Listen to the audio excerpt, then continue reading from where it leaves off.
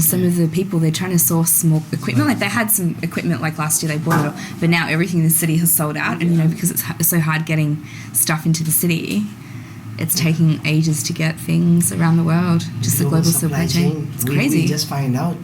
When was the Andrew came? Last week. So he's the guy who worked for logistic.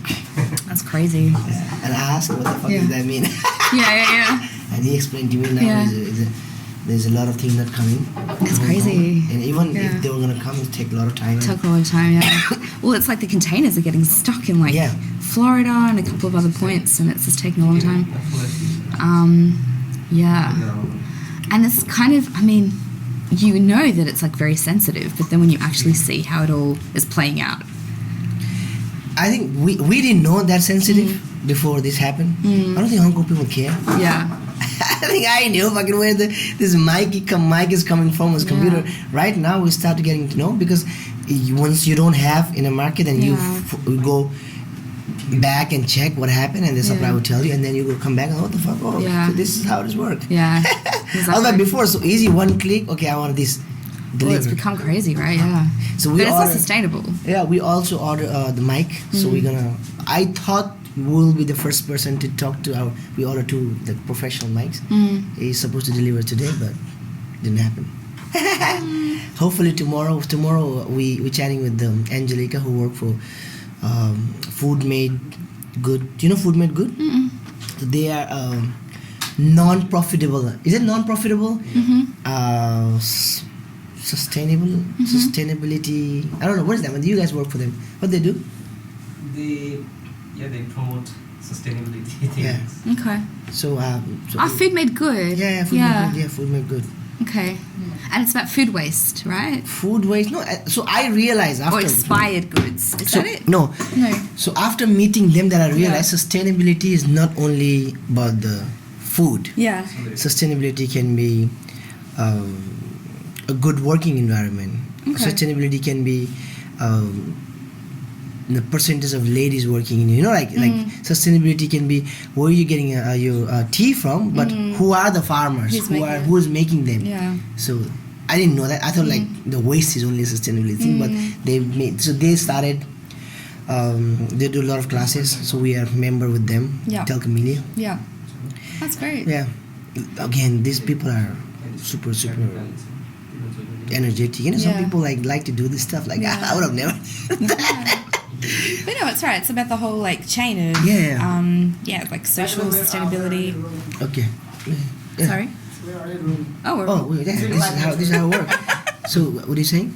What were you saying? What you were saying about the It's about the whole chain of how it's not just the environmental sustainability, but the social impact. That's the thing, we didn't know until we made them. So I thought sustainability, as I said, so we don't waste food, don't use the plastics, don't use the straw. Yeah. The most popular one. And that's one part of it, but it's not everything. It's not everything. So they come out with this lot of training and stuff, which is good. A lot of bartenders are joining, restaurants are joining, bars are there. I mean, this is topics that is not like we should do it to gain a publicity or like your Facebook like or Instagram. It has to come from your genuine behavior. From the heart. Not like if no one is watching, let's fucking put all the stuff. Which it can be, and it is often the case. It's often the case. But I think people are getting much more sophisticated, and they can really understand, they can really feel the difference between when it's real and when it's not. Do you think so? I think so. Okay, later on I ask you. Okay. I think our generation. Give me the names. Oh no, I'm not going to give you that. No, that I want to know how are these people, because I can't find out. I can't find out. Like the conversation we were having previously, also like especially you. How long you been in Hong Kong now? 5.5 years. 5.5 years. Yeah. Coming to Hong Kong, meeting people, expats. You guys meet different peoples, and finding out, and also filtering them, which is supposed to hang out with, which you don't say not to hang out with. So you guys do that, right? It's a professional, because you've been doing that. You do that thing. I don't know that I do it at a professional level, but definitely at a personal level, yes. Okay, I mean professionally means like a good. But I think you in hospitality would do that. Like, you have access to so many people. every single day. I think what is great in Hong Kong is that we have, because of the density, we have so much proximity to people, and so you can meet a lot of people on a daily basis quite quickly, and so you get to kind of, I guess, expand your network quite a lot. Which is good. It's just good, I think. I mean, for people like me that are extroverted, it's great. Maybe if you don't like people so much, it's not so good. Yeah, but yeah. I love people, so it's great. You love people. Yeah. You love people, and since I know you, you always been very, very positive, and always been very supportive to us. Yeah. Thank you for that. And you always giving us that kind of vibe. Like whatever we're doing. I hope it's going to the right direction. Yeah, and I think that is true. Like I can always feel when something is genuine, I think. And I was just talking to a friend about it this morning. Like, when you feel something's not quite right, you can feel it inside, and you sort of, and often, I think it comes out. You can only pretend about something for so long, and then at some point the fakeness comes to the surface. So how many masks do we have? This is the thing, right? Like, how as many people? masks has people? How many masks you have? I don't know. I hope not that many. But probably a lot of you need COVID to have, masks. Right? I don't know that I We have have 3 boxes now. I think, when I say fakeness, I don't mean, people can be, like, you can, maybe sometimes you're not 100% consistent, but I think when something comes from the right place, even if maybe it doesn't turn out to be 100% the right way, you can always mess up. Yeah. But I think if something comes from a good place, and your idea comes from a good place, and it's not just about money or profit or whatever, I think that becomes quite apparent quite quickly. I really, people always say, like, for something to become genuine, and they always they will always go to the right direction, as you mentioned. That means if you're doing something positively, that's what people say, the belief to be the karma will get back to you in a good way, right? I don't believe in that. You don't believe that? I don't believe no? that. Because I've seen so many people who's doing bad stuff and they're still happy. Happy, okay. I mean, why I'm telling you this, because you don't know sometimes the happiness that we get from a cup of tea or a cup of coffee, the happiness they're getting can be the same. Yeah. You know what I mean? From the cup of tea or from coffee. For them, maybe so that's the thing. Maybe some people don't like to understand there's a bad karma. Well, I think people are very, we're wired very differently. We're all very different people, and I was talking to a very, very highly respected psychologist recently, and he was, talking about like different ways in which our minds and structures and just what we're driven by. And I was like, wow, like I'm one way, and yet there are other people that are completely different, and it's very hard to understand that, but it's true. And so, but not to say, but I think in these sorts of industries where it's about human touch and it's about like gathering people, I think people are quite sensitive, and they can understand when something feels like it has soul. No, the topics came because you said, so when you're doing genuine good, there's a chance that they're going to come back to you. But if you're doing a bad, there's a chance that the bad karma come back to you. Maybe not in this life.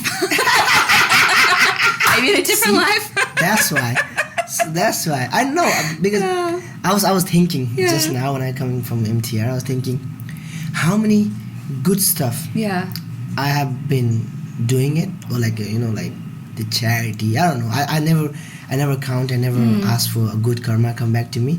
But the good thing I'm doing, is it good thing for me only? Yeah. In my perspective. Yeah. Or maybe it's a good thing for someone else on their point of view as well, right? So how do I judge? Yeah. How do I would expect to be, I'm doing good. Yeah. Because you never know. Like the person who's getting into war for no reason, also for them, they're doing good. I'm saving my people. Yeah. And this is why I think, the categories of what is good and what is bad, it's quite like, it's not absolute. I mean, it's absolute in some ways, but like in reality, in human everyday life, it's difficult to judge that. And like, say doing good, if it makes you feel good, is it really then like genuine? It is in a sense, because I think as humans we need community. If we don't have community, we die by ourselves. So we have to, it's kind of like good for me, but it's also good for the community, and that kind of works both ways. So you mean without the community we won't be survive? Exactly. Really? I mean, yeah. No. Yeah. All the successful people, they don't have a community. Of course they do. They are alone. No, of course they have community. They are alone. Aww. If you look at the bigger, we're not going to be rich there, but if you look at the like who, for example? Elon Musk. I don't Yeah, think but he have look at his community. company. He's got people all around him. He could not build anything But by himself. that's not the community. That's He's the him. leader. He Sure. is that's what a community means. Like us, we have our family. We have people who support us. I don't think in his role, Jeff Bezos, everyone hate him. He doesn't need a community. Everyone hate him. Okay, well, they're also corporations, I guess, and big structures. But, obviously at the beginning, people can't build anything by themselves. They need to have people around them. And so they have people that believe in them and, whatever reasons, again, motivates their work. But, yeah. They need a community. But they're like Now, there's a big saying, corporations. There's a saying I always read in Instagram. In Ferrari, there's only two car. In Two Ferrari? seats, two Yeah. seats, two car. Yeah, Ferrari. Two Yeah. seats. You know why? No. Because on top, there is no one. That's true. I'm sure this is just made of stuff. Yeah. But sometimes I see that because once you start to do something good or something bigger, there are some people. We are not even close there, but I look at them. They're very straight what they want to do. They're very driven what they want to do. They don't care what other people think. They literally don't care, and they can be mean to people. They can be very mean because they don't want to listen to you and waste their time. And they don't even have a friends technically. Yeah. Wow, that's interesting. But it's also quite an interesting, I'd say, like in this moment of history and this moment of what is, because can we say that big companies are communities? Not really. They're like, they're structures that make money. That's what their end goal is, right? That's what drives them. So, yeah. What is your end goal? My end goal? Yeah. Oh, wow, that's a big question. When was the last time someone asked you that? Probably pretty recently. Really? Oh my god. No, asking these questions. I don't know that I have an end goal, but I think, it would be nice to make a little difference in some way. Yes, through that's our what I told lives. you. You should be nominated for Nobel Award. Didn't I tell you that a long time ago for the writing books? That's But very kind. But I have never read books because I was checking. So you have a book in English. Yes. That was just recently came. It's coming out. It's coming out. Yes. So we're gonna buy that. Yes. You had a book in your own language. I've had some stuff published in Croatian. Croatian. I see that. I've done a cookbook in English. Yeah. Oh, really? Yeah. Cookbook. Yeah. Okay, I wanted to read the one you recently. I think we talked about it. You were writing it, and I wanted to read that. I want to know more about you. But what I know personally, you're always into writing. You know, when I told you also that I want you to be my ghostwriter, so now I can tell you, and you can write. And on top of that, you like arts. Yes. Even your first post in your Instagram, also the arts. Oh, really? Yeah. My first post. Oh my God, you went back to that. That's amazing. Even I don't remember that. Okay. Yeah, it's arts. Yeah. And mostly arts. Yeah. A lot of art. Yeah. A lot of culture. A little bit of culture. Yeah. And traveling. So that's why you've been you have seen more life than me for sure. I don't know about that. Yeah. I don't know about that. You travel. I think, you know what, I think people that work in hospitality, I'm actually really envious because you get to see such a broad range of people every single day. You have to be able to interact with a lot of different people. You're kind of like the psychologists of society in some ways. I'm a therapist, I tell people. Yeah. But I'm not, it's right, we're going to meet people, but we're not going to talk to and have a longer conversation if the connection doesn't work. Sometimes it's just like you attract the same personality that you have, or sometimes maybe opposite. But there's no 100% all of the people that we hang out, we talk to them on a phone. But if you think about the community that you have around Till Camellia, it's like such different people, and even the people I've met in your bar is like, hey, I've got friends today, such good friends that I've met from so many people. So that's amazing to me that you guys get to experience that on a daily basis, and you get to really pull in different types of people. That's why I tell people that if we stop working and just doing what we like, then it's fun. Yeah. But if you're going to work and you're upset, again, man, I have to talk to this person again. Yeah. Then it's become kind of hectic, and then you start to rather than thinking positive vibe and rather thinking about creativity, moving on to something new, you always go down because you don't want to do this. First of all, the person you're seeing actually paying your salary. Yeah. That's one thing. Yeah. And second, if you don't want to do it, then it's not good. There's so many people in F&B who work just to get paid. That's Just like that to in get every paid. industry. But I mean, F&B is so hard. Yeah, it's tough. Yeah. So it's tough, and Yeah. I never talked about it, and openly I don't really post about it in Instagram stuff because again, the whole world is very judgmental. But I stopped working for a few years already because every day I come to work. This is what I like. I don't like to stay home. Yeah. So for me, I love this, and I believe all of our team also the same. Although we have different goals probably, right? Maybe some like this job to get money, some like this job because of flexible time. But whatever the reason, they like the work. Yeah. So if you like the work, this is where we start to think and come up with the new ideas. Okay, we're gonna do something the same as the podcast. Do you think we have time to do this whole thing? But we just love it. We just love this thing.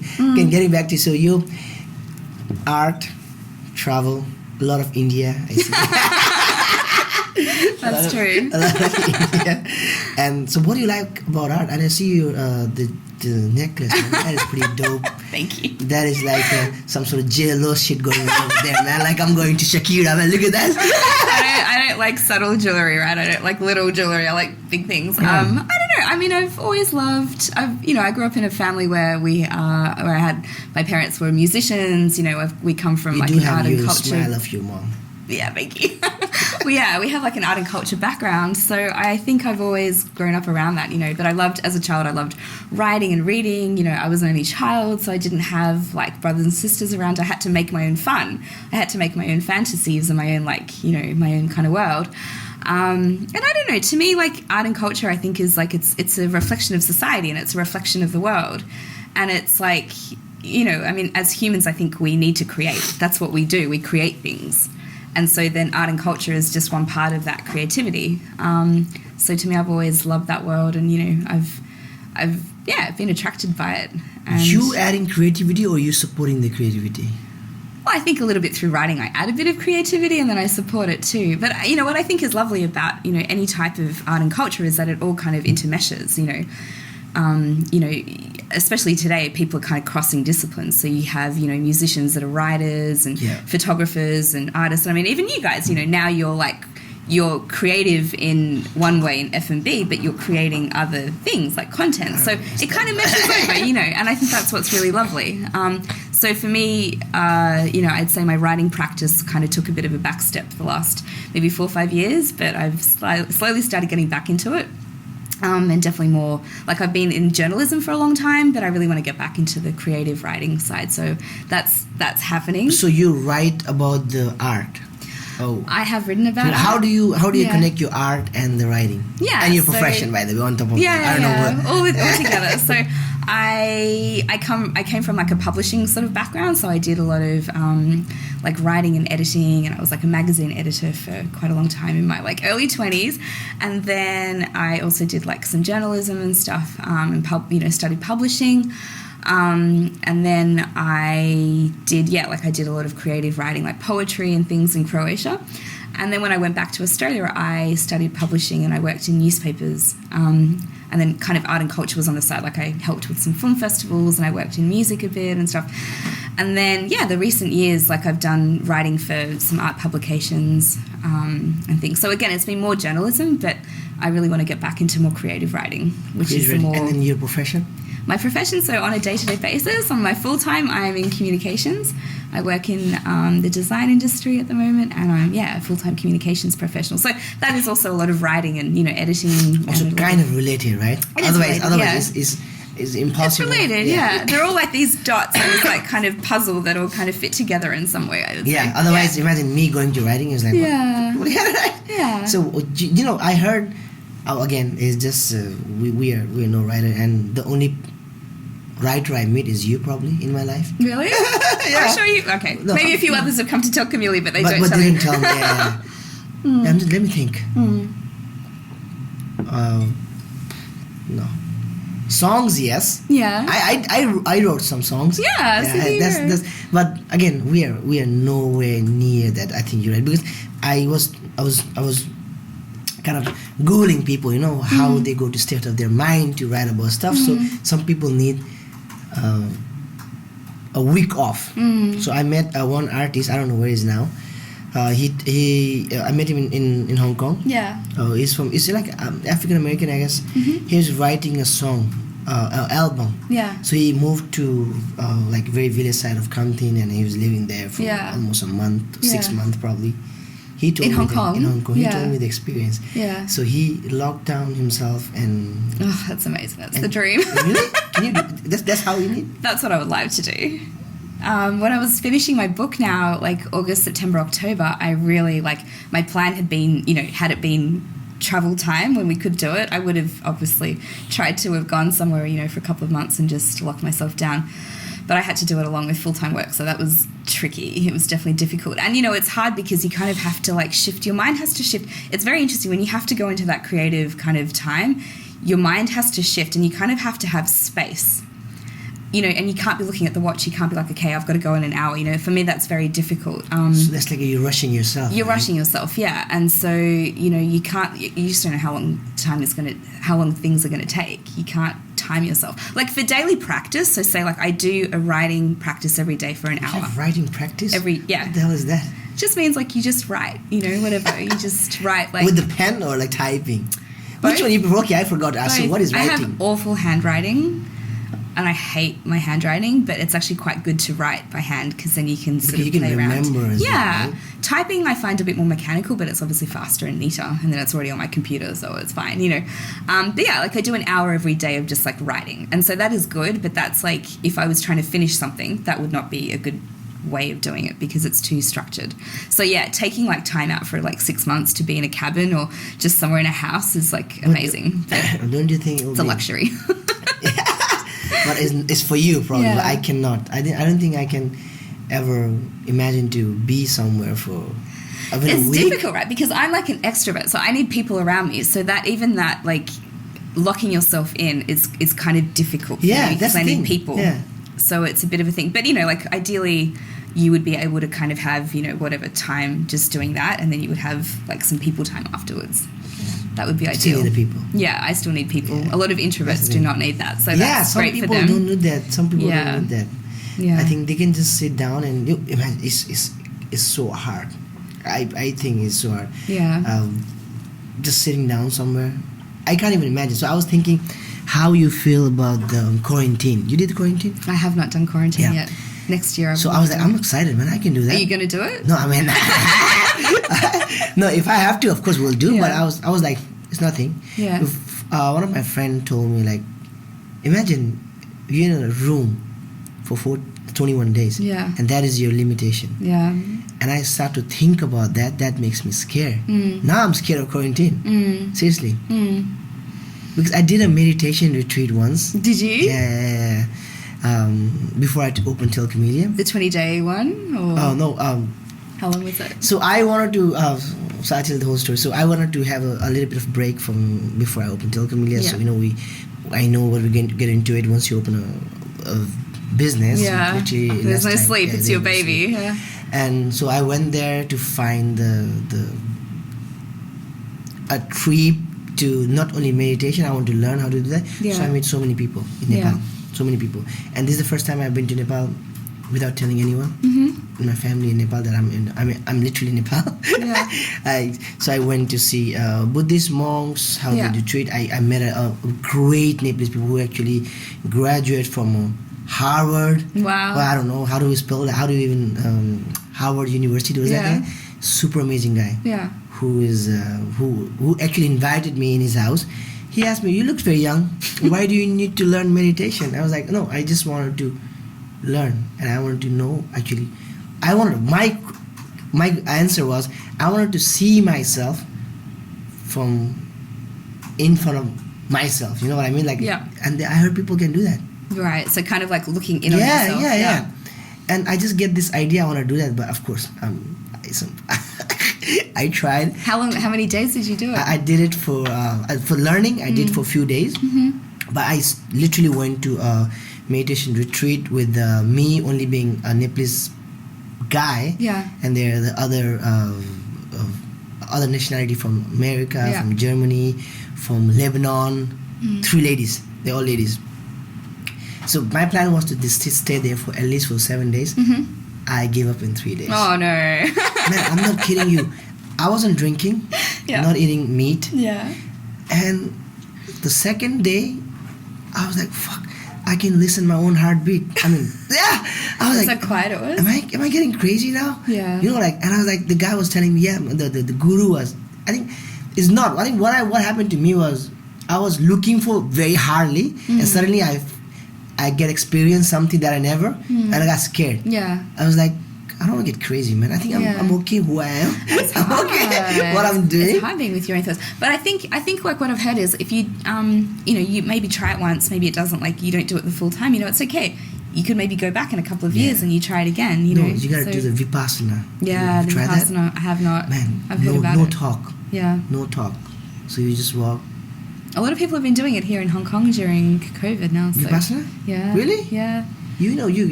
People cry. Yeah. So that's the journey. I met so many people. I thought we're the only one. There's so many people do that.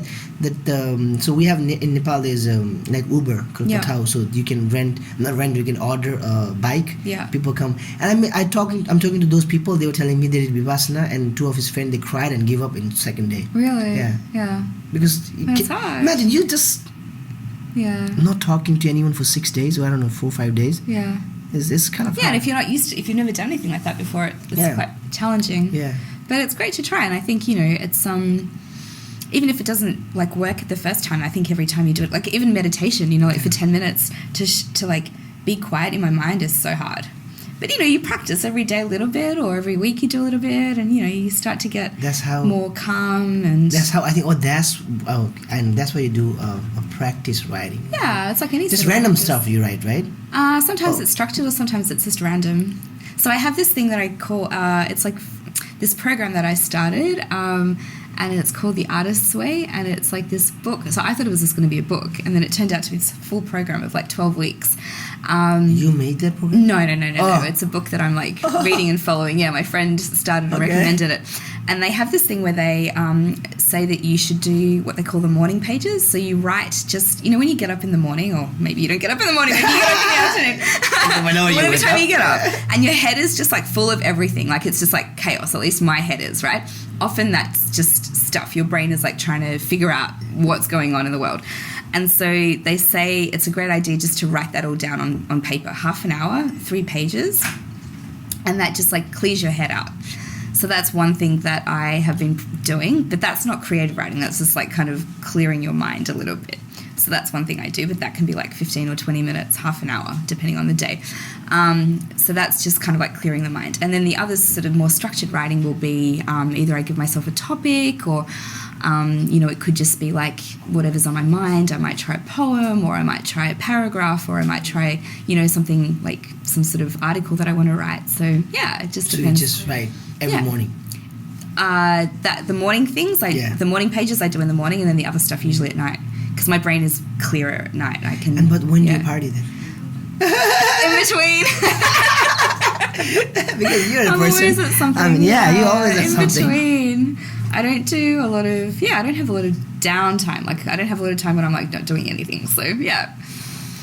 Which sometimes I crave that. I really would love, like, maybe just, like, a month of not doing anything, but I can't imagine. Maybe. That would be amazing. A month! I think that would happen if you go back to Croatia. Maybe. Yeah. When was the last time you back to home? 2019, I was in Croatia, summer. How's the place over there? I mean, Croatia, Nepal, we don't know actually. Interesting. It's tiny. It's a tiny country. It's like 4 million people, I think now. Everybody knows each other. Everybody like 1 knows degree each of separation. Yeah. I mean, look, Croatia's like at this like crossroads of different parts of Europe and different cultures, and we've had a very brutal sort of history where we've had a lot of people come and colonize us, and a lot of different groups coming through. So it's really interesting because it's a lot of different influences. That is, but people have also been very, we've had a lot of migration out of Croatia because it's been a difficult place to live. I think once as you mentioned, there's a lot of people came in and colonize and conquer. That's how actually the culture was born. In some ways, yeah. If you think about Delhi, Yeah. have you been to Delhi? Yes. You know why Delhi is very popular, because of they've been Yeah. colonized by Yeah. so many different people. That's why the culture is very different. Yeah. If you, So like the north of Croatia is very like heavily influenced by like Germanic and Hungarian, even Turkish kind of influences in the north, and then the south is a lot more like Mediterranean, like Italian influences. So yeah, it's tiny, but yeah, the nature's beautiful. It's very clean. Like the air is clean, the water's clean, the food's really clean. what is the most popular thing must do thing in Croatia? Oh, that's a good question. I would say the islands are amazing. There's over 1,000 islands in Croatia. And so, like, sailing around the islands is beautiful. The speed, but which place you guys been to, Croatia? Split. Split. Yeah, so that's the biggest city on the coast. Oh, so yeah, you've been to Croatia, that's what I remember, yeah. Expensive. Expensive. Oh, wow. We got more expensive. Really? Okay. They're, like, obviously trying to make money from the tourists. Poor tourists from Nepal, man. It's okay, you should call me. But they think I'm a tourist now, like, because we're just, like, we've got so many tourists So there's in the summer. Four season. Yeah. Like they have winter, super winter. Yeah, yeah. Like I mean, snow. do we have 4 seasons anywhere in the world anymore? Like climate change is changing everything. But yeah, so in the winter, like in the north, it's very cold. Yeah, it gets very, very cold. We have snow. I think you're right. Climate change has been gonna change, but I personally think we're not gonna see the changes within our lifetime. We already are though. I mean, there are some, but it won't be. I would say if our kids' generation will be more For sure. for sure. But they won't know anything different. They will be born into that. They will see it. They won't remember the world as it was. Actually, I never thought that's true. I don't know. Like if I ask my grandparents, I'm sure they've seen different world. They don't know the difference, right? Exactly. Yeah. So you won't know. Like this will become normal to people. But I think the thing is, the changes are so fast that it's a question whether we can adapt as fast as what's happening. We cannot probably. Yeah, that's it. And our cities and our communities. Like, I was just reading yesterday in Australia. Remember in 2019, they had those huge bushfires. Yeah. Those same areas now are going through huge floods. Huge floods. And so, like, how do you go from, like, being able to recover from huge bushfires to huge floods? Again, right away, huge, right? Straight away. And then COVID was in between.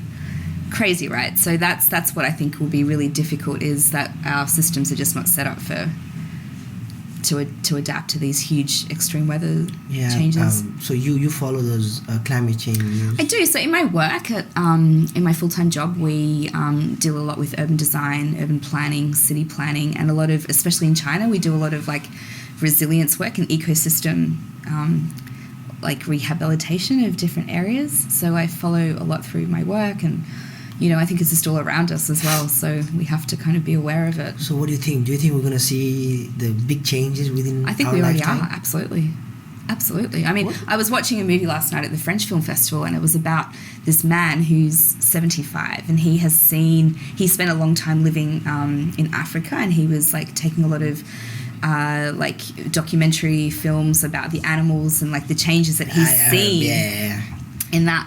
And, he just the statistics, like, don't quote me on the stats, but I think it was like we've lost 70% of the biodiversity of the animals and plants in the world. 70% we've lost it. And like the most numerous animals or living beings in the world are humans. 8 billion humans. There's no other species almost apart from, I think, bacteria or something that are bigger. So, these are the things that are happening very rapidly. And so I think it's just going to be more and more. We're going to see, and, again, on a day-to-day basis, maybe it won't be so dramatic change. Especially in cities, we maybe don't see it as much, but in nature for sure. Who knows though? Things are changing much more quickly than I think what anyone can really predict. Yes. So even like in Hong Kong, like we've had a few really big typhoons. But sure, typhoons are part of everyday life here. But maybe instead of, 2 a year, maybe we're going to have 4 or 5. I was talking to my friend in and I'm not a specialist in this. I'm just like speculating. In the village in Nepal, we grew up together. And he was telling me that nowadays our village is so hot. Yeah. like literally so hot we can't bear to. That's so interesting. Yeah, I was like, but it was always hot. It's always hot. I know. Now it's just hotter. No, I know because we didn't check. It's a village. We don't have freaking temperature checking machine. Yeah. But I remember we were running around on like 12 p.m.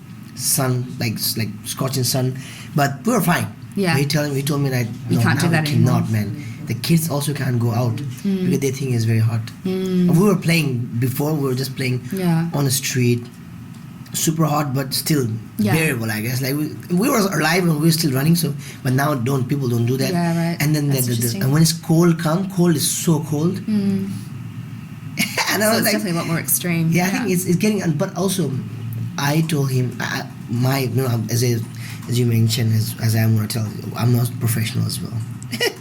But what I told him, like, man, freaking there used to be 2,000 people. Now freaking 7,000 people live in the village. Really? I don't know. It's increased. Yeah, it's increased. Right. Interesting. And everyone, before in our village, one person had a motorbike. One house. We probably have more than, 500, 600 houses. Now, every single house had a bike. Right. Some of them have a car. Interesting. So you see that, right? Where's this freaking pollution goes? Yeah, that's interesting. We used to walk from our village to the roadside. Roadside means where the real, like main highway. 1.5 hour, 1 hour.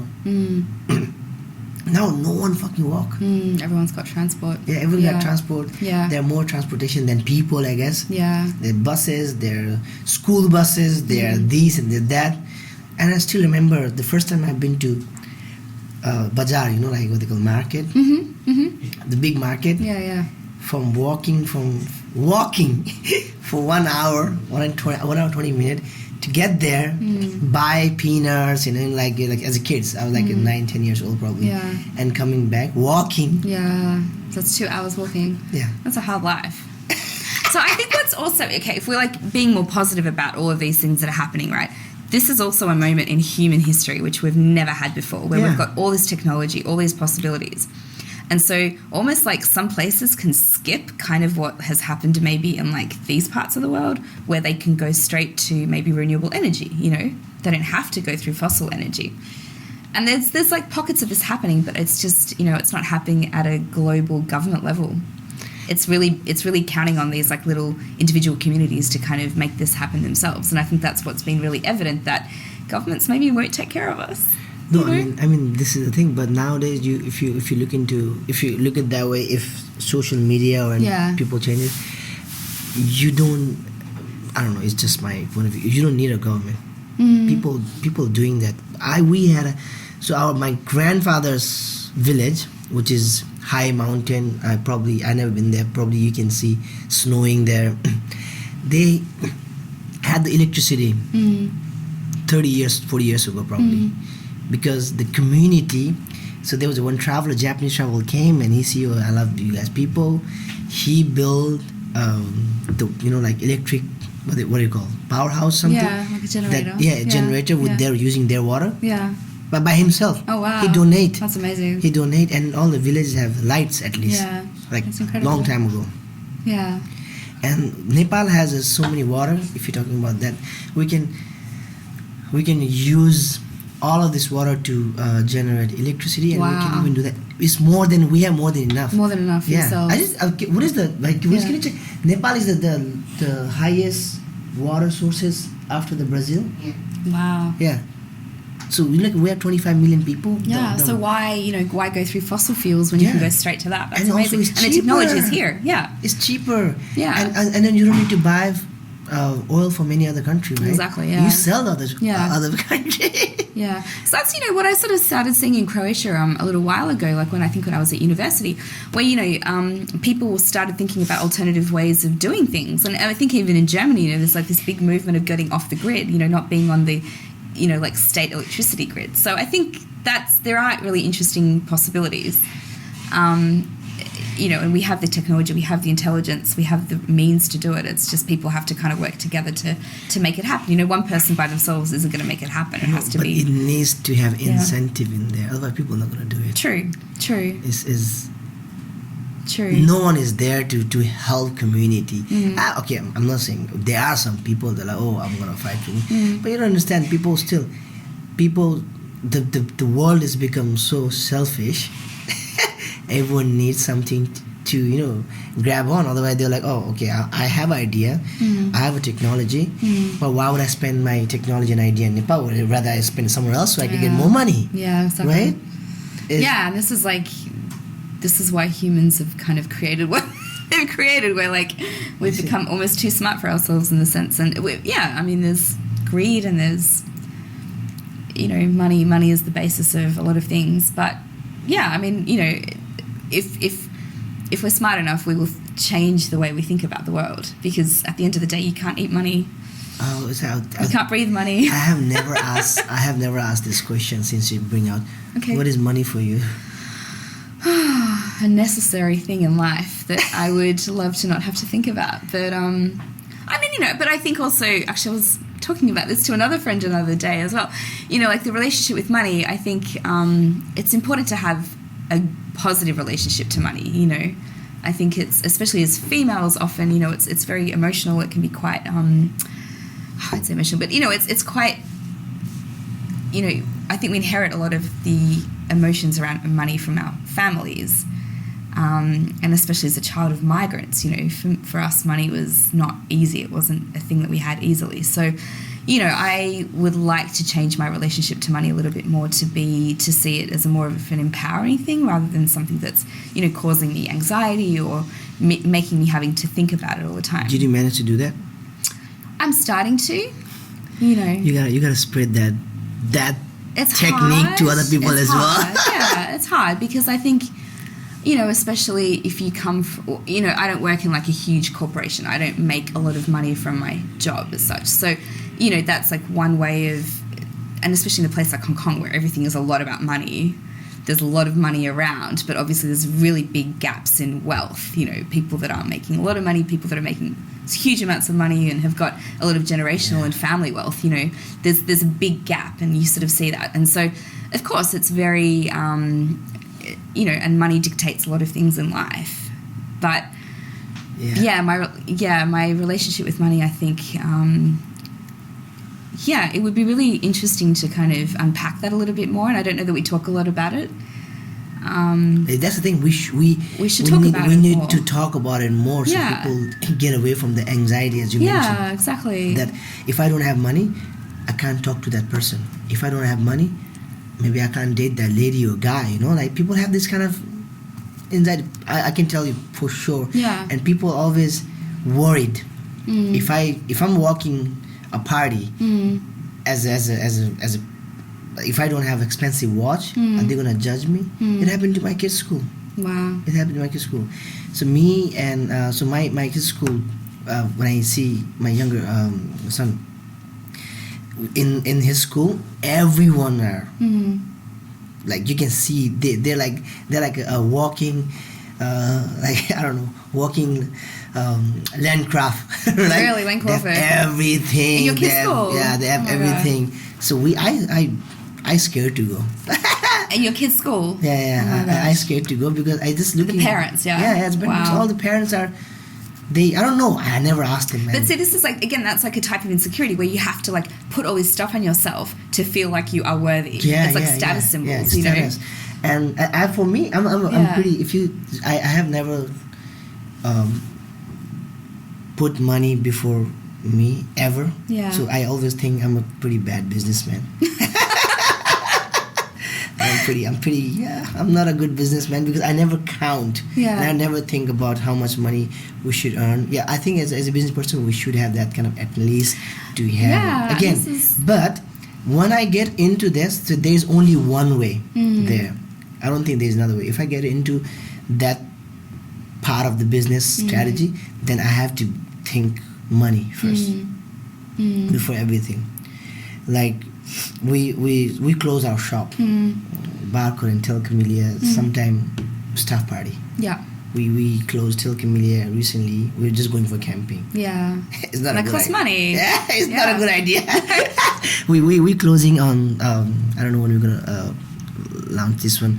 next week Monday we're closing both shop for Yeah. staff party again. Yeah. And I count. Yeah. So I How much count that this costs. time how much is not going to cost, how much we lose Yes. closing the shop, Yeah. right? So actually I'm not a good businessman, but what I'm doing is right. So people have always supported us, and getting back to them. Yes, we all have to prioritize money, especially in my case. Like, but again, I was just listening to a podcast that they're talking about. Once you're in, this is like I don't know what they call it in English. The word dal. I need to ask my professional people. The thing, once you get in, and they're just gonna, there's some sort of water or Yeah. like a pond. Once you're in, they always suck you in underneath. And right. What is that? What is that? Like what's it called? It's like mud. Yeah, it's less type of a mud. Oh, like not the quicksand, but like yeah. So this is Yeah. So I came to Hong Kong to make a good life, right? I came and we start working. We have a decent life, and again, I got married, and my wife had her own desires, so we managed to do that. And I have kids. I thought I'm gonna go back to Nepal and gonna stay there, like do something in my own country. And we have kids, and now we want to move there. No, I think our kids need better education, which is in Yeah. Hong Kong. Yeah. I'm stuck here, and now when they grow up, we need a better education for them. So it's just like I'm stuck. It's never ending. I know, and this is human nature, right? We always want better, and that is also like a part of survival. If we didn't, as a species, want better, we would have been stuck where we were, it's right, not- in the caves or wherever we. It's not it's not an individual. I want better. Yeah. Sometimes I'm okay Yeah. what I have, but For your kids. yes, Yes. again, right? Yeah. So sometimes it's just like I'm fine what we have. I think I'm okay. I always make a joke with my wife that we go back to Nepal, get a small land, do some Yeah. strawberry farming. Yeah. You know? Yeah. And you'd be happy. Yeah, Yeah. I'll be happy. Yeah. But my wife said, so what our kids will do? So they will study in village Yeah. school, and do you want them to become something like better in their lives? So And that's the thing, right? As I mean, I'm not a parent, but as parents, I can imagine you're always wanting to give your kids the best opportunity possible, better than what you had, and that is kind of like what human nature has done. And, that's if where I look you're at my stuck. parents, where they made so many sacrifices for me so that I could have a better life, and there's always a bit of like this, not guilt, but like I'm always questioning, have I done the best with what I've been given because they made so many sacrifices. But if you look in that way, then you're not enjoying your life. No, exactly, and that's always also looking at it in a very kind of linear sort of way, like, and life is not like this. So, but there's nothing wrong with you wanting to give your kids good opportunities. Yes. There's definitely nothing wrong with that. But what I'm saying, so Yeah. we'll be stuck, Yeah, and this is how we're gonna end up. and it's a it's a complex, Yeah, like I think yeah. tension. Yeah, This is how we're gonna end up one day, and then. and it's very relative, right? Like, if I compare, say, like Croatia to Australia, I won't even put Hong Kong into it, but if I compare Croatia to Australia, right? Australia has been such a stable country. They've had such a long history of economic growth. I don't like that word, but it's been very stable, and so people can plan 10, 20, 30, 40 years ahead. I mean, I don't know whether they still can, but this is what they used to be able to do. Croatia, things change like every 10 years. And so nobody's thinking about the future that much. They're just thinking about survival today, and so it's very relative, like how my position is in Australia compared to in Croatia. It's a very different situation, different, right? and people's attitude towards money and the future and opportunities is very different. And so that's what I'm trying to say. It's very culturally, I think, specific, and it's very different in where you are in the world, and what. And also when it's come to culturally, I was just talking to a friend of mine yesterday, who's he's a very wise man. Always gave me a great advice. Yeah. And I have sometimes people give advice, like I give advice, but I'm a shitty person, by the way. That's not true. I don't follow my own advice sometimes.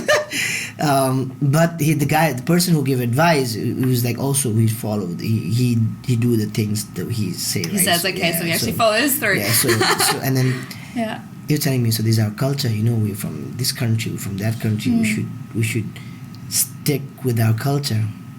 But I tell him that, okay, yeah, we do that, but we have to remember that we are not in our country, first of all.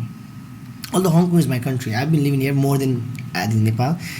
But if we wanted to adopt this place as our home, we have to adopt the way people live over here as well, right? We cannot think about this is our culture. We cannot do this. We cannot do that. But we wanted to live the way they want to live. Sometimes we do. Sometimes we wanted to go in eat McDonald's. If it's our culture, fuck, we don't have any McDonald's. Why the fuck we eat McDonald's, man? Stop eating McDonald's. Yeah, exactly. Right? It's a culture. Yeah, of course we have to respect the places that we're in. We have to have we have a respect. People have respect. But what I mean is like we need to start adopting. There's a great example. I think people. I don't know how much you know. Nokia. Yeah. Is the great example. Not adopting. Tell me about it. Yeah, not adopting new generation. That's how they died. Yeah. Imagine 15 years ago, Nokia was the biggest company. Yeah. Everyone knows that, right? Everyone knows that. Where are they now? Because not relevant. You know what happened to them, right? Yeah. So they cannot find themselves.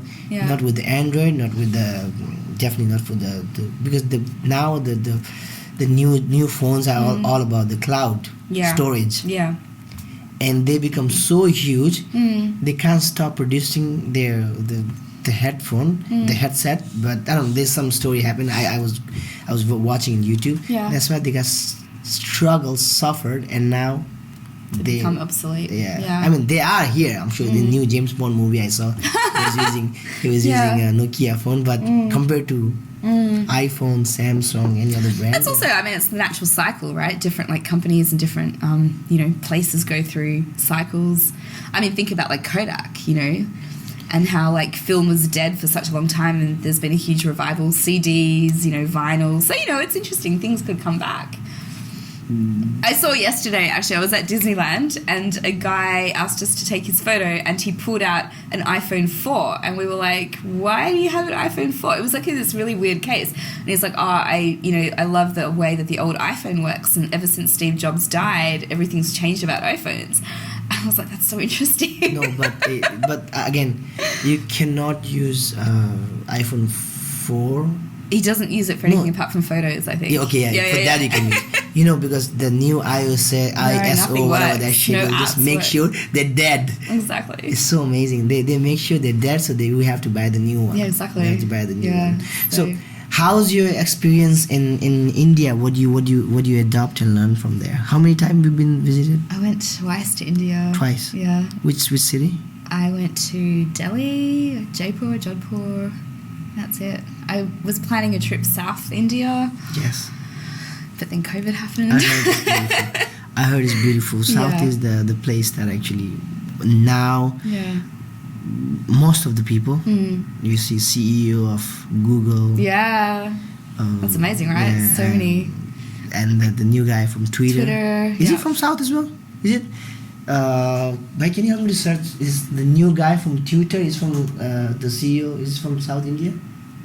No. Yeah. They have a new guy. Yeah. Man, you have to understand. People think this is a great thing that's happening. I personally think it's not. Why? These guys are made name, fortune, and they're just leaving when time to suffer more, and they put these poor people over there. Oh yeah. They put them in a difficult time. Difficult time. I mean, that's what I think. I don't know, but again, these people are smarter than us for sure. We're not. Oh, it's from northern. Is it northern India? Right? Yeah. Ajmer. Yeah. Ajmer. These guys are like now. We need one more Nepalese CEO for Facebook, and we're done. Again, Nepal and India are the same country. It's not the same country. You know that, right? I know that. Okay.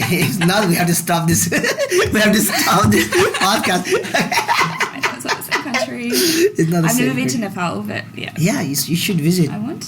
You should watch also the 14 Peaks. Yeah. You watch it? I haven't watched it. Yeah, it's pretty cool. Yeah, so India. Okay, so my last trip to India was amazing. It was just at the start of COVID when it just like had happened. It was the starting here in 2020. Yeah, I went to Jaipur for the literary festival.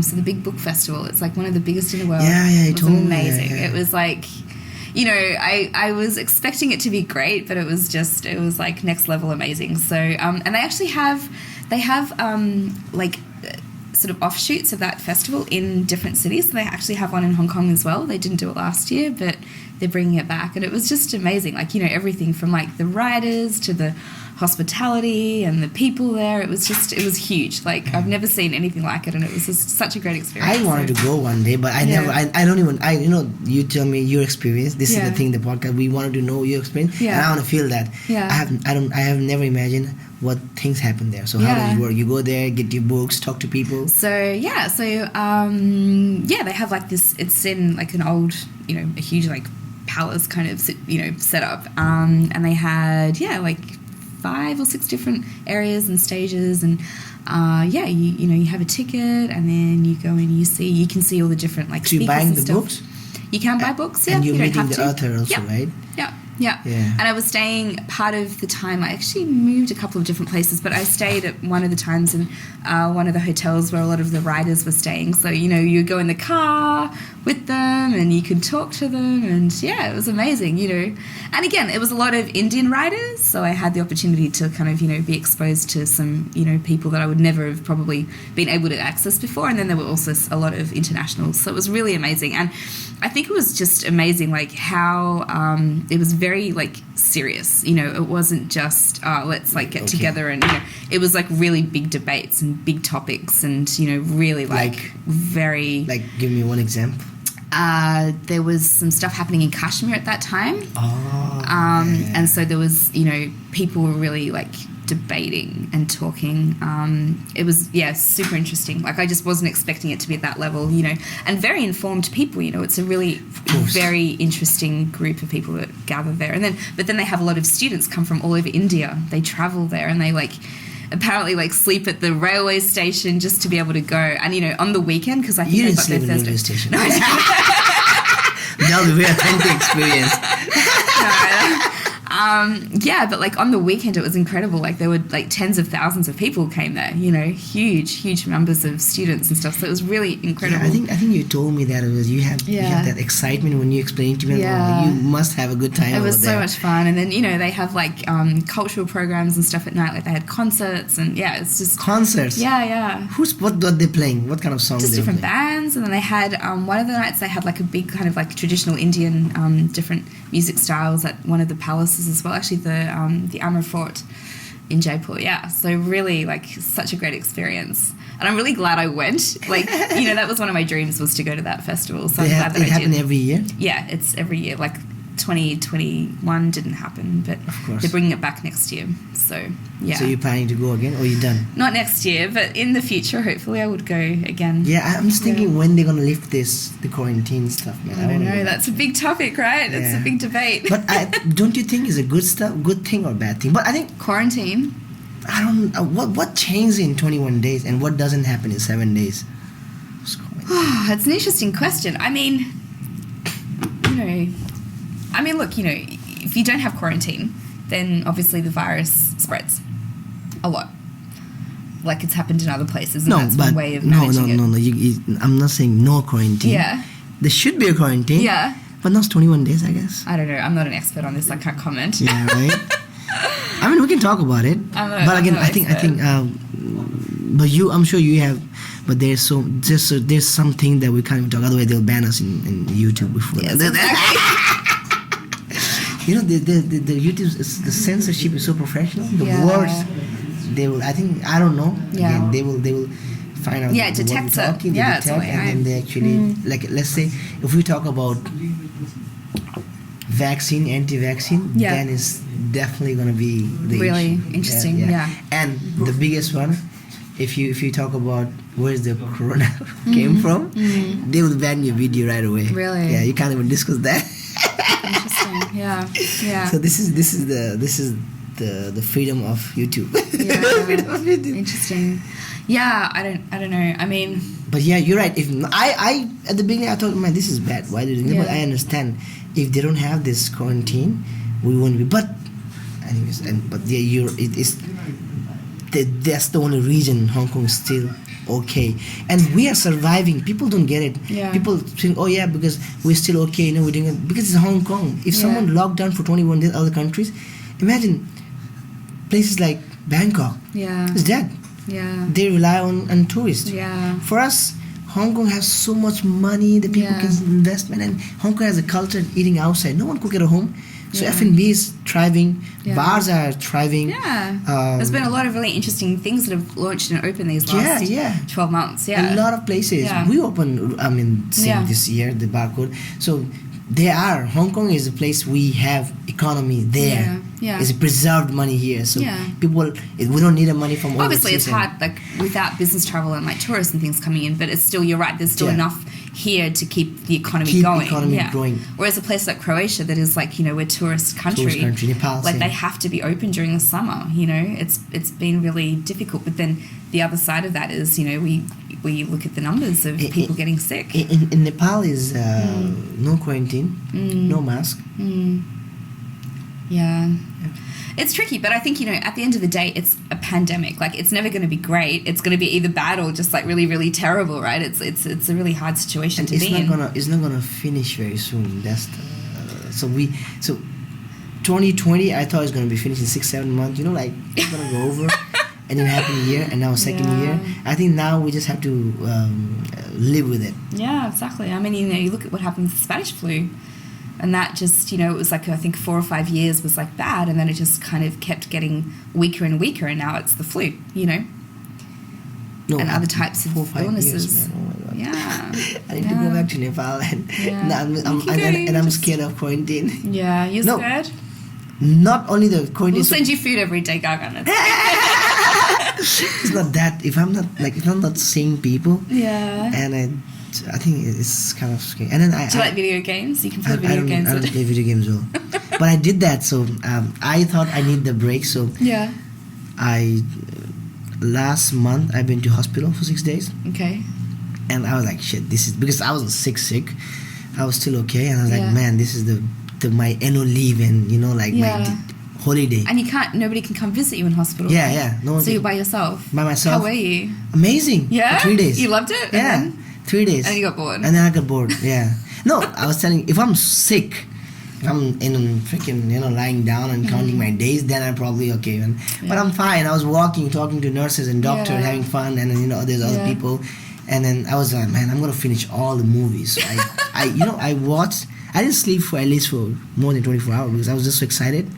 I was so excited to talk to. I mean, I was still getting phone and people were like, oh, we gotta do this and that. Yeah. And I was just watching movies that I always wanted to watch. Yeah. Didn't have time to. Yeah. 3 days. Yeah. In a row. And then? And after that, you're like, okay, what's next? What's next, man? It's getting bored now. Yeah. And I started to call friends in Nepal and people, just talking to them, didn't tell them where I'm at. I was like, oh yeah, do you have time now? So I was talking to them. Yeah. And again, but you cannot just keep on talk in hospital, right? Yeah. You know, there are people around you, so. Yeah. And 4th, 5th days, I just told the doctor, look, I think I'm okay.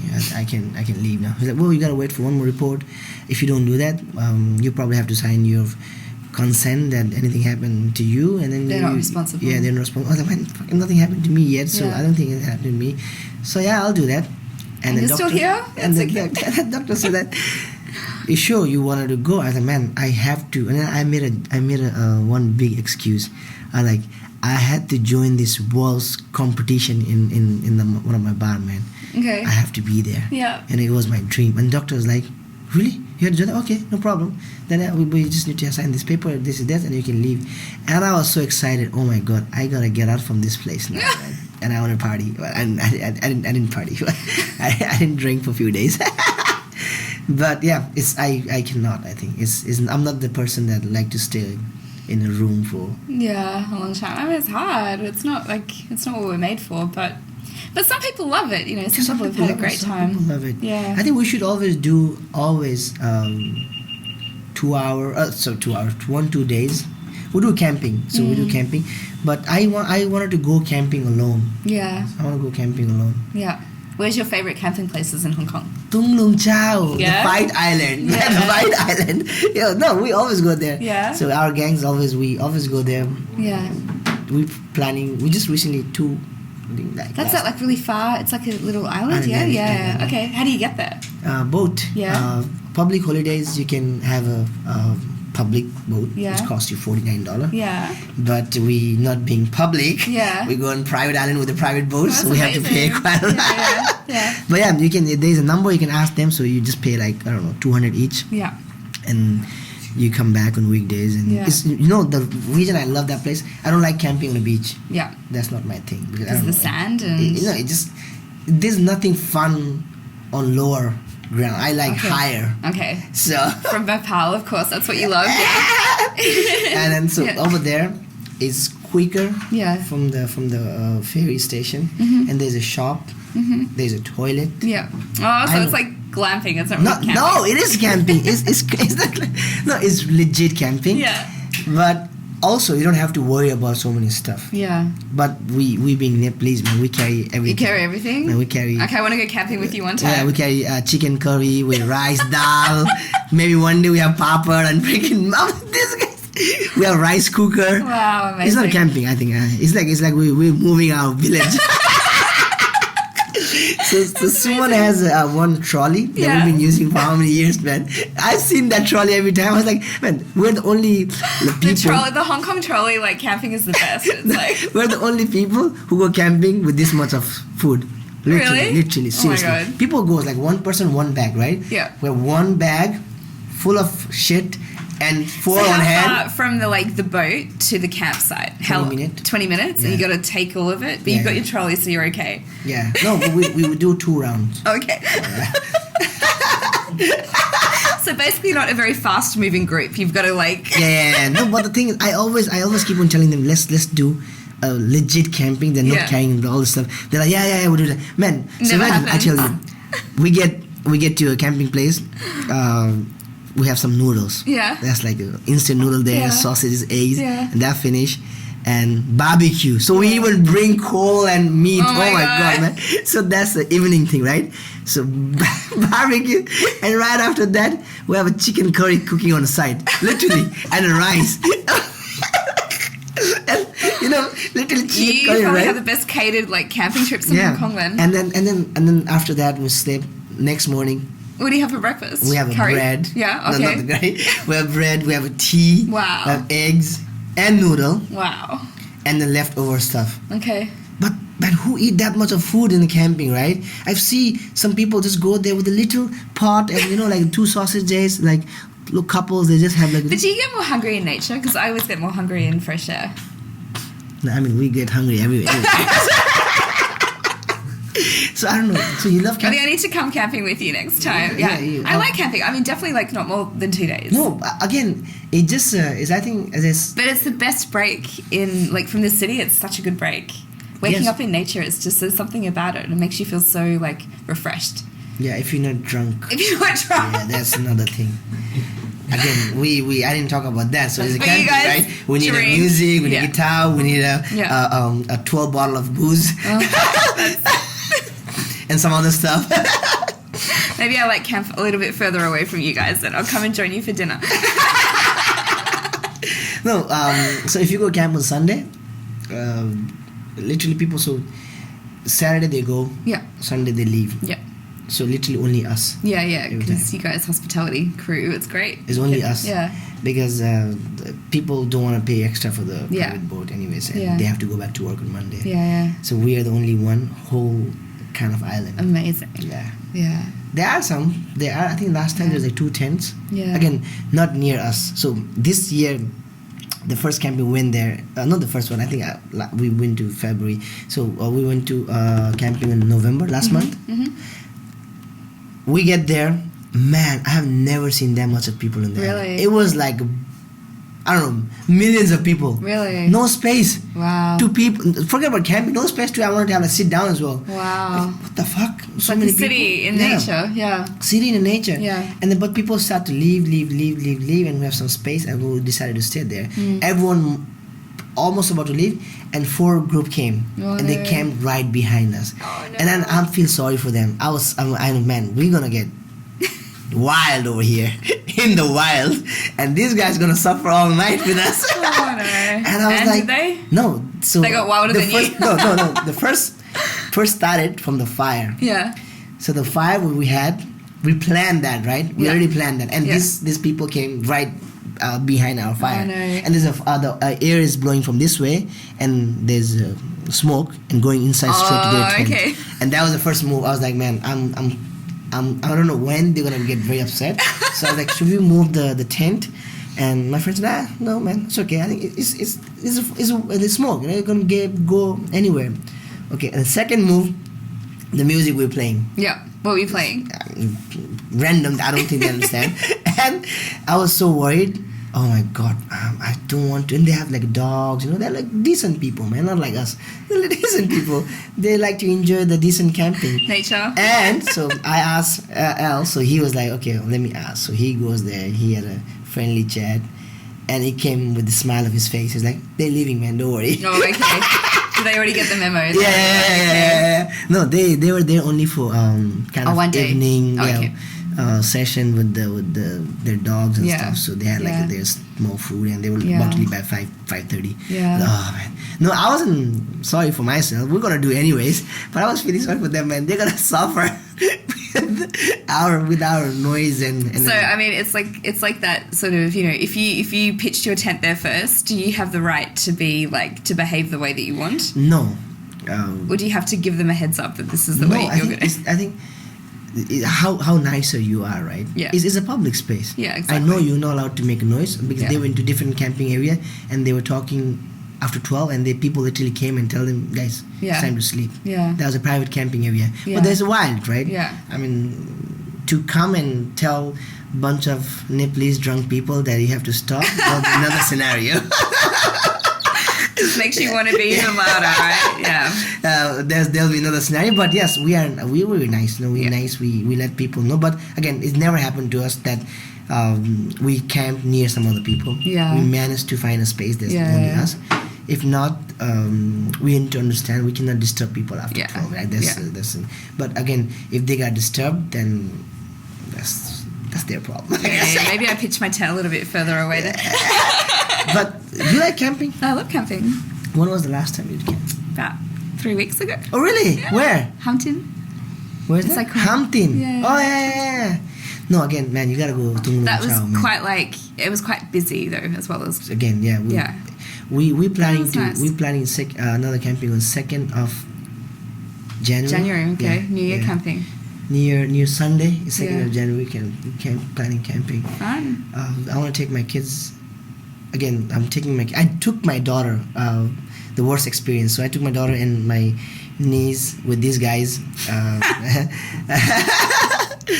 And the fun part was the night, man. Yeah. Our tent was almost about to fly. Really? It was so windy. It was so windy. It was Yeah. extremely windy. I was so Yeah. scared because I was Yeah. with the kids, and being them, they all pass out. They don't even care. There's a rain, there's fire, there's maybe a monster come. They're like, oh, okay. Can you have a fire though when it's that windy? You probably can't. We do. Yeah. Yeah, we just need to find the right place because you have to make sure that it's covered. So I was 3 a.m. I was so scared I couldn't sleep until 6 a.m. because I'm worried about the kids. Yeah. If the tents fly, of course tents not gonna Yeah. fly, but the way the tents were moving. Yeah. And the sound in the wind is crazy. Oh my god, Yeah. man, it was like the worst experience. Yeah. Yeah, but I Everything's was like more amplified. I was more worried about them. Yeah. And if not for them, I would have also sleeping like Yeah. nothing happened. Solid. Yeah. Yeah. So that was a pretty bad experience, but we're gonna do that again with the kids. So Okay. I think they should like both of kids. They're born in Hong Kong. Yeah. They never seen nature. They don't know what is it. Yeah. Not like us. Like we running in jungles and getting wood to cook a food. Yeah. Yeah. I asked him, have you lived any house? I'm sure never. That we cook food with a wood fire. Yeah. Day-to-day basis, every day. Yeah. We didn't have the gas until I was 12, 13, yeah. That's the first time I see. It's not even a real gas. It's called gobar gas. Right. So gobar gas is actually, what is in English gobar gas? So We use it's composting. a composting. So they actually, so in villages you have so much buffalo cows, right? So they collect their dump, put that in one tank, and it's fucking fire coming out of that tank, man. You know that? That's the thing. Yeah. It burns well. Yeah. Huh? Manure. That burns really well. Yeah. Yeah. It's No, good that is a energy. legit fire. Mm. So that's the first time I see the gas. Wow. Interesting. Yeah. And now I'm talking to you. Now we're and- so spoiled. Oh, you never seen that. So yeah, I've never seen that. No. Yeah. Yeah. You never seen that, right? No. So our house, our old house, smells like a burned wood Yeah. because that's how. But now, people have fridges, as I mentioned. People Yeah. have everyone have a cars and Yeah. bikes, not because they need it, Yeah. because this is a trend now. Yeah. Like money, the value goes down, but people make more money. They rather sell their property or their old property Mm. to buy a car than keeping the property, because the generation has been keep that thing like like where we grow rice, mostly rice on that side. And now is rather I sell that and buy a comfort for my. I buy rather a 50-inch TV to watch than keeping my family heritage Interesting. thing. Right? This is happening. This is Yeah. happening. Yeah, this is happening. And a lot of people love new generation. And again, there's no one to blame. This is how they grow up. This is how they're gonna behave, and the world will adapt for them. And there's a conversation of, oh yeah, the younger generation don't understand how the world's supposed to run and how you behave. But you need to understand this world is younger, so is they're the future. So however they behave, the community or the society gonna adapt that. They're not gonna adapt us. Yeah. They're not gonna That's adapt us. interesting. So people talking about now Tinder date. So like, oh, we have to go and talk to people. We have to go to the bars, write them a letter. Did you write a letter to any man before? Have I written a letter? Yeah. Yeah, lots. Yeah, love letter, right? Of course. Recently, no. Not that recently. Yeah. I mean, I have never said that in public. Yeah. We used to wrote a letter to ladies in school, man. Yeah, like they of call course. the card. Yeah. You know, they have the card and you write down. So yeah, do you think this generation kids will know that? I don't know. No, they will never. They would never do it. They never do it. Now you swipe right and you see another man. You swipe left or right, whatever, man. And there's so many things. There's not. So we were the conversation was a few years ago. So the new generation, they meet people and they don't understand their feelings. But these people, us, we don't understand. This is their generation hanging out with their generation. So they both don't have feeling. So they don't care. Yeah. They don't care. And I mean, this is how society changes, right? Like, we can't judge something now based on standards from 100 years ago. It's different. It's gonna adopt. But I mean, at the same time, like, humans' emotions are kind of quite similar. Like, we all You have. think so? I think so. No, it's changing. Now human emotion now You think judged so? by the Instagram and Facebook page. But emotions are judged by that? Okay, I tell you, if I start posting about what I do every day, Yeah. people will see, especially people from my country, they'll say, oh my God, look at that man, this guy's so successful. Yeah. Oh my God, he's having a good time. Yeah. Don't you think they think that I'm emotionally very happy? Yeah. But I'm not. Okay. I'm Okay. doing it to get more likes, and I'm doing it to get more view. Man, I can tell you, this is recently I find out I feel like I'm like a dinosaur age. People check who watched your story. I thought, why do you need to do that? And I realized it's actually fun. You know that? Yeah. People go through their story and check who watched. What do you get out of that? Oh my God, man! This. You know who's stalking you. That's what you can find. But what happened? Okay, I find out. Let's say Mariah Carey, I spent Christmas time. She's stalking me. So what? What am I gonna do now? Tell me. I don't Well, understand. it's useful information if you want to know who's like. No, but again, let's say I find out. I don't know. Angelina Jolie is like stalking me. So what? That I don't understand. This is called the dopamine of next level. Oh, it is dopamine, Of absolutely. next level. I It's mean, all designed to be like I'm not little saying- dopamine hits. I'm yeah. not saying I enjoyed it. I'm watching that. Oh, I don't know these people. I go to their profile. Who are these people watching my story? So see, this is the generation. But again, it's playing to some like really base human connection.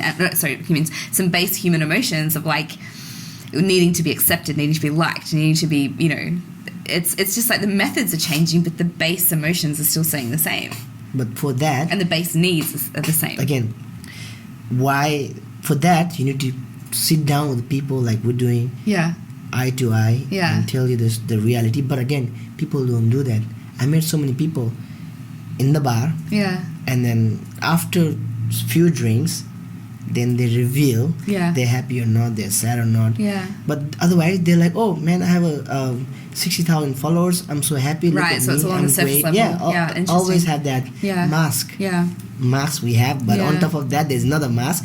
And to see through that mask, it will Yeah. take so much time for us because people will never ever share with you what they're feeling inside, especially the social media people. Yeah. Interesting. Like I personally don't want to use Instagram and Facebook. I personally I don't have to.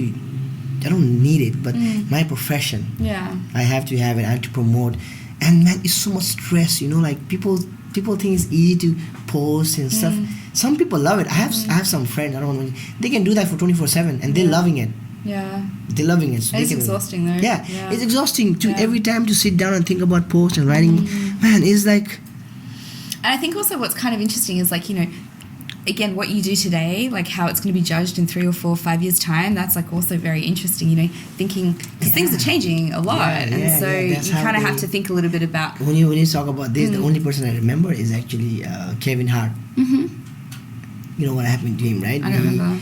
He was appointed to Oscar like hosting, but he writes something 10, 15 years ago in his Okay. Twitter, Yeah. and they hunt him down from there, and then he got cancelled. At the beginning he got cancelled, and later on, okay, you know, like okay, the Oscar committee, like, you know, we get him back, but then he decided not to do it. Yeah. Yeah, and so that is like the thing, you know, if you are going to be public with anything, you have to be kind of thinking about, you know, how it can get interpreted or Are you perceived. private in your Instagram? Sometimes. No, I don't private think- means like Yeah. can we just go to your Yeah, profile? sometimes I'm public, sometimes I'm private, depending on the time. I used to think Yeah. why they're Private, but I yeah. understand now. I Yeah. start to no again. Yeah. I'm not old, and I'm not young enough to exactly understand what's You're sort going of between those generations, on. I'm aren't you? between Yeah. the generation, and most Yeah. of the time I'm busy with my own work. and when these Yeah. guys are more well known about technology, so I asked them stupid questions. How do we do this? How do we do that? There's no stupid questions. and when I said, man, if you open an Instagram or Facebook, why do you need to make it private? And I realized now, yes, you should, because some people don't want to share their thoughts or their day-to-day basis, what they do to the people they don't know. Yeah, it's such a personal decision, but yeah, I mean, I think it's kind of difficult because like what you do, what you say, like, you know, it doesn't just have like, you know, it doesn't just happen in the now. Like it can get screenshotted or it can get saved, or, you know, who knows, like there's all different systems of finding this information in the future, and so Screenshot videos, it's a lot of, you know, like it's a lot of pressure. And I mean, I think I don't know, I think things are kind of changing maybe a little bit, like it's getting a bit more nuanced, because I think like the cancel culture is very like, you know, it's very binary, it's either like yes or no, but things are a little bit more nuanced maybe, but it's tricky, like it's tricky to manage that, and I think it does put a lot of pressure on people, and it gives us, I think, maybe more stress and anxiety in some ways. so much stress. Yeah. So much stress. So, But on the other hand, there's also really good positives that come out of it. So yeah, it's both, again, social media I start to use a lot since 2017. I didn't even have the Instagram in 2012, I guess. Yeah, I think when did Instagram start? 2008. No, later, I think. Yeah. Facebook, I think, was like 2000. I 7. only have Instagram probably 15, and I was more active in Facebook because what I realized, in any field of work, us, we're Nepalese, Yeah. we're shy people. Yeah? Yeah, you don't I wouldn't know. say that. You're meeting the wrong people. We are shy people, Okay. and we've been in F&B for Yeah. quite a while, but people don't know us. They don't, because again, you need to hard work. Yes, that is definitely you need. But on top of that, you have to promote yourself. Yeah, exactly. Yeah. You have to promote yourself. You have to promote yourself in a point that people, when they look at you, they will think about you. Okay, he's the guy who make car, right? Although you don't know how the fuck you make car, I can tell you, if I invest my 4 month telling people that I'm a psychiatric, and I'll post about psychiatric, and people will treat me as a psychiatric on the street. And this is also, I think, is a bad about the social media. Like, people don't know what actually in reality, how capable I am, what I'm doing it. They will judge you by their post. Yeah. They But again, judge- that's why very surface level. This is like, if you really want to get to know somebody, you have to go much deeper than that. So. And people will judge you. Like, people judge you. If, let's say, if I don't post anything for 6 months about bartending and post about the psychiatry thing. Are you even a bartender? Yeah. And then they ask me, are you even a bartender? Yeah. You even make a drink? People still ask. I've been doing this since I was 18. Yeah. Since I was 18. It's a long time, I didn't do any degree and shit. I didn't go for study hours. Yeah. I've been doing since I was 18. And still people, I mean, again, I don't need acknowledgement by some people that, you guys doing that. But again, it just make me emotional sometimes. A kind of heart, the heart feeling that, oh my God, really? I mean, seriously? Like, people, oh, so what do you do? Okay, that's Interesting. I mean, some people don't know, but some people don't know in terms of maybe the first time we met when we met at the bar. But it's not, we're not here to. But just like sometimes people being ignorant, and they judge us by our nationality rather than my profession. Yeah. Then that's also